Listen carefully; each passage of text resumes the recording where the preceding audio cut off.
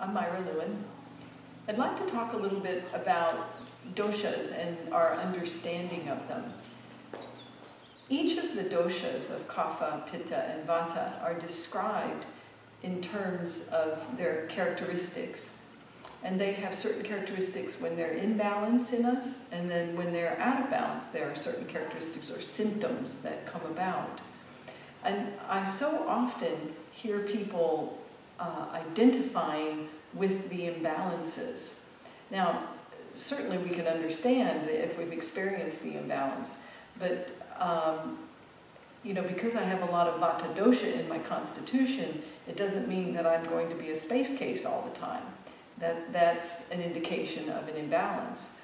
Or if I have a lot of pitta dosha in my constitution, the tendency will be for that to go out of balance a little more easily than the others.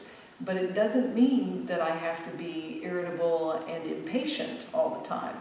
So there are characteristics when we're in balance and characteristics when we're out of balance. So someone asked me the question recently about pitta dosha, and how do I tell if it is just because I have a lot of pitta in me, or is it because there's an imbalance? And so again, I realize I'm repeating myself, but I want to make the point that when the doshas are balanced in us, then we don't have those what I'll call negative or less attractive symptoms.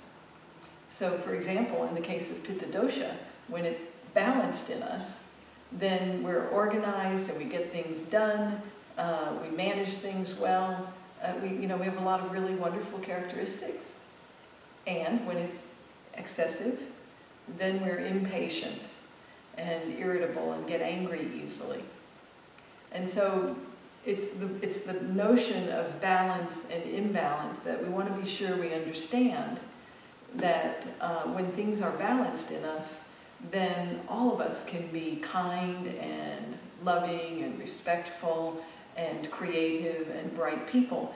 And some of us have strengths in one area more than another, but we all have the ability to have that peace and sense of serenity in the mind. And some of us have a mind that will move faster than others, but it doesn't mean that we'll have all negative qualities all the time.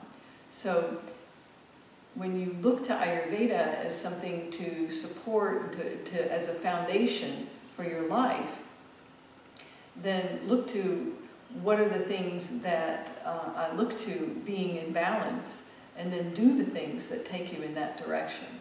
And that's when you'll have what it really has to offer, which is vital, long, and enjoyable living.